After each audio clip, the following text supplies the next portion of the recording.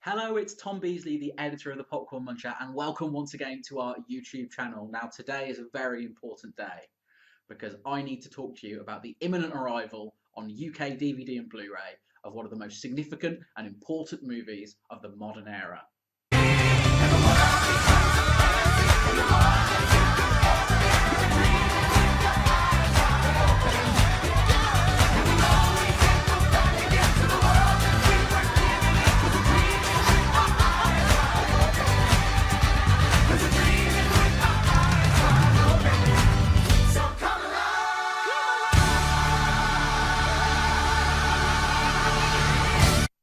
Yes, that's right, ladies and gents, this is the moment you've waited for. The Greatest Showman, the all-singing, all-dancing, all-Jackman musical, very loosely based on the life of a circus impresario, P.T. Barnum, is finally available on Blu-ray from this Monday. The movie's arrival comes after an absolutely formidable run in cinemas. Last weekend, the movie dropped out of the UK box office top 10 for the first time since its release over the Christmas period. That is more than 4 months in the top 10 at UK multiplexes, outlasting Star Wars The Last Jedi, Marvel's Black Panther, a whole load of other films in the meantime, and in the process making the best part of £50 million. That is superhero movie money by anyone's measure, on the way to a worldwide box office of more than $400 million. By any measure, that's a pretty stunning total for this movie. The staying power is even more impressive given how minor a movie Showman seemed when it was first released. Initially, it was touted as a potential Oscar contender, but it failed to make any impression at the award shows and received a sack full of really poor reviews from critics. There's nothing that gets film critics salivating like a Pavlovian pooch more than a bad Oscar movie, and so the knives were sharpened and deployed for Showman, like Freddy Krueger and Jason Voorhees on Date Night. And on the surface, it's easy to see why this reaction happened. The film is a shamelessly silly story that provides a very palatable, sanitised take on a controversial historical figure. It's also directed by a first-time filmmaker in Michael Gracie who, if we're being very charitable, seemed as if he was constantly and terrifyingly out of his depth all the way through making the film. Indeed, reports at the time of the release suggested that Hugh Jackman's Logan director James Mangold swooped in to take control of reshoots and rescue the movie, like a dashing Zac Efron on a trapeze.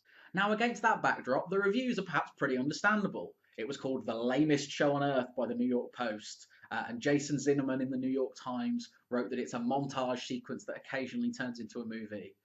Robbie Collins said in The Telegraph that the movie misreads the mood of the time.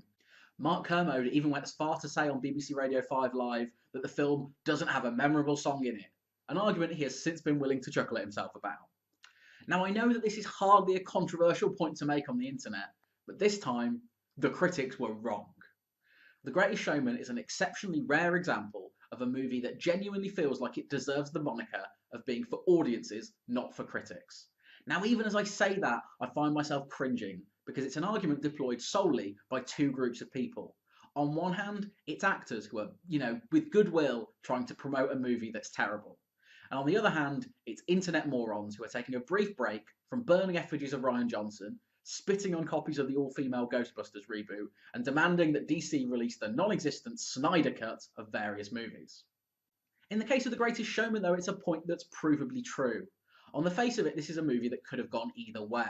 It's not a film with the guaranteed box office appeal of widely known superhero characters, but nor is it a low-budget project without a single star in it. The received wisdom going in was that it needed to be good in order to do well. And thankfully, The Greatest Showman is very good at what it sets out to do. In the most traditional sense of the big Hollywood musical, it's designed to be a crowd pleaser above all else. The songs are poppy, colourful, and peppered with woke messages about believing in yourself, finding your voice, and chasing your dreams, all 1 million of them. These songs are definitely a massive part of Showman's enduring success. The soundtrack album has been matching records set by Adele in the UK charts, and has spent 15 non-consecutive weeks at number 1, which is pretty astonishing given the lack of memorable songs. Sorry, Dr. K. Showman's chart dominance has been freakish, like if Ed Sheeran somehow joined forces with the Beatles. Not that that would ever happen. Oh, hell, really? The main ingredient a film needs in order to be a bona fide box office success is rewatch value. No film is sustainable at the multiplex unless people go back to see it over and over again. Now that's certainly the case with Showman, which has benefited from the popularity of sing-along screenings and will still be playing to relatively full audiences at the cinemas this weekend, just hours before you can go out and buy it in the shops. There's something about this movie that has just caught fire. Nobody behind the movie could ever have predicted its level of cultural domination. There are probably more covers of This Is Me on YouTube than there are videos of cats running away from cucumbers or teenagers pretending to eat laundry detergent. And that's really saying something. We could waste thousands of online articles and just as many YouTube videos trying to work out why The Greatest Showman has become the phenomenon that it has. But we will never come close to the answer. The best thing to do, I think, is exactly what I'm going to do. I'm going to go out on Monday, buy that Blu-ray, turn up the volume, and sing those songs all over again. I'm not scared to be seen. I make no apologies. This is the Greatest Showman. Does it bother you that everything you're selling is fake? Do these smiles seem fake? We have more protesters every day. A bunch of freaks! You're risking everything you've built. Well, how do you think I built it? The world was ashamed of us.